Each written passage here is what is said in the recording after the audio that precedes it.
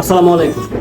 বাঙালি জাতি আমরা এমন একটা জাতি, আসলে বাঙালি একটা অস্থির জাতি। কারণটা হচ্ছে কেউ যদি ভালো কিছু করে তাকে টেনে কিভাবে নিচে নামাবো এরকম চিন্তা ভাবনা থাকে। যেমনটা হচ্ছে ব্যারিস্টার সুমনকে নিয়ে যে ধরনের হচ্ছে সংসদে আলোচনা যে প্রকাশ পেয়েছে গণমাধ্যমে, ইউটিউব বলেন ফেসবুকে বলেন, প্রচুর প্রচুর ভিউ হচ্ছে সেগুলোর মধ্যে। ভালো একটা ইউটিউব চ্যানেল এটা হচ্ছে প্রকাশ করেছে, আমি দেখেছি ভিডিওটা। এই যে এডিটিংয়ের যে মায়ের প্যাচটা আছে, আসলে এই চ্যানেলের ভিডিও দেখলে বুঝতে পারতাম না। কারণটা হচ্ছে উনি আসলেও বর্তমান সময়ে কিন্তু অনেক জনপ্রিয় একজন লোক, মানুষের জন্য কাজ করছেন, সব কিছু টোটালি বলে দিচ্ছেন যে কোথায় কি হচ্ছে কোথায় কি হচ্ছে না।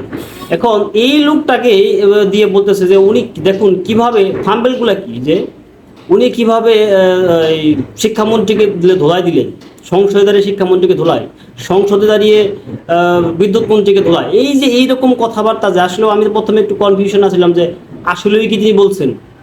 পরে ভিডিওগুলো দেখলাম, দেখার পরে যতটুকু আসলে বুঝতে পারলাম যে আমার কিছু কনফিউশন ছিল, আসলে এডিটিং মনে হয়, কিন্তু পরবর্তীতে তিনি কিন্তু নিজেই তার পেজে সেটা বলেছেন যে আসলে এটা পুরোটাই এডিটিং করা। উনি এরকম কিছু বলেন নাই, কারণ হচ্ছে সংসদে দাঁড়িয়ে আসলে এরকম বক্তব্য কেউ দেয় না। আর দিবেই বা কেন, হচ্ছে যেহেতু সরকারি দলে তিনি আছেন বর্তমান সময়ে, উনি কেন এই ধরনের মন্তব্য করবেন? আপনারা এই ভিডিওটা দেখেন, আমি তোমার ভিডিওটা দিচ্ছি, আমার এই ভিডিওর সাথে আমি দেখছি, আপনার পুরোটা দেখেন, তাহলে বুঝতে পারবেন আসলে ঘটনাটা কি হয়েছে। শুরু করিতেছি মহান আল্লাহর নামে, যিনি পরম করুণাময় এবং অত্যন্ত দয়ালু। একটা খবর আপনাদেরকে দেয়া দরকার। অনেকগুলা ভিডিও আমি দেখলাম অনলাইনে, ইউটিউবে, যে এই আমার বিভিন্ন ভিডিও বিভিন্ন কথাগুলোর এডিট করে কেটে দেখা যাচ্ছে যে অমুক মন্ত্রীর বিরুদ্ধে বললেন ব্যারিস্টার সুমন, অমুক মন্ত্রীকে ধুলাই দিলেন ব্যারিস্টার সুমন। আসলে অনেকগুলো আপনারা যাচাই বাছাই করবেন, এগুলো অনেকগুলাই ভুয়া। মানে আমার আগের বক্তব্য কোনো জায়গা থেকে কেটে, একটুকুই জায়গা থেকে কেটে, ওই জায়গা থেকে কেটে। গতদিন দেখলাম যে শিক্ষামন্ত্রীকে কিসে কি করলেন, দুর্নীতি ফাঁস করে দিলেন। এগুলা একেবারেই সত্য না।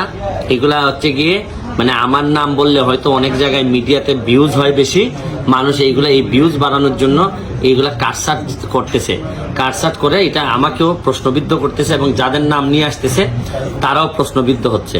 তা আমি যারা এইসব করতেছেন তাদেরকে আমি বলতেছি যে আপনাদেরকে প্রয়োজনে আইনের আওতায় নিয়ে আসা হবে, এবং অবশ্যই কারো সম্মানহানি আমার মধ্য দিয়ে করবেন না। প্রকৃত যেটা, এটা আমি আপনাদের সামনে আমার অ্যাকাউন্ট থেকে আমি তুলে ধরবো। শুধু ভিউজের কারণে অন্য মানুষের ইজ্জত নিয়ে এইরকম টানাটানি করবেন না। আজকের মতো বিদায় নিচ্ছি। ভালো থাকবেন, সুস্থ থাকবেন। আসলে ভালো কাজ করতে গেলে কারো ভালো লাগে না। উনি একজন ভালো মানুষ, উনি সরাসরি কথা বলেন, তার মানে এই না যে ওনাকে দিয়ে যা খুশি তাই বানিয়ে আপনার হচ্ছে সেটা হচ্ছে গণমাধ্যমে ছাড়বেন ভিউয়ের জন্য। আসলে এই জিনিসটা খুব খারাপ। উনি ওনার মতো কোনো একটা কাজ করতে দেন, তাতে দেশের উন্নয়ন হবে, ওনার এলাকার উন্নয়ন হবে, আমরা ভালো লাগে এমপি মন্ত্রী দেখতে পারবো।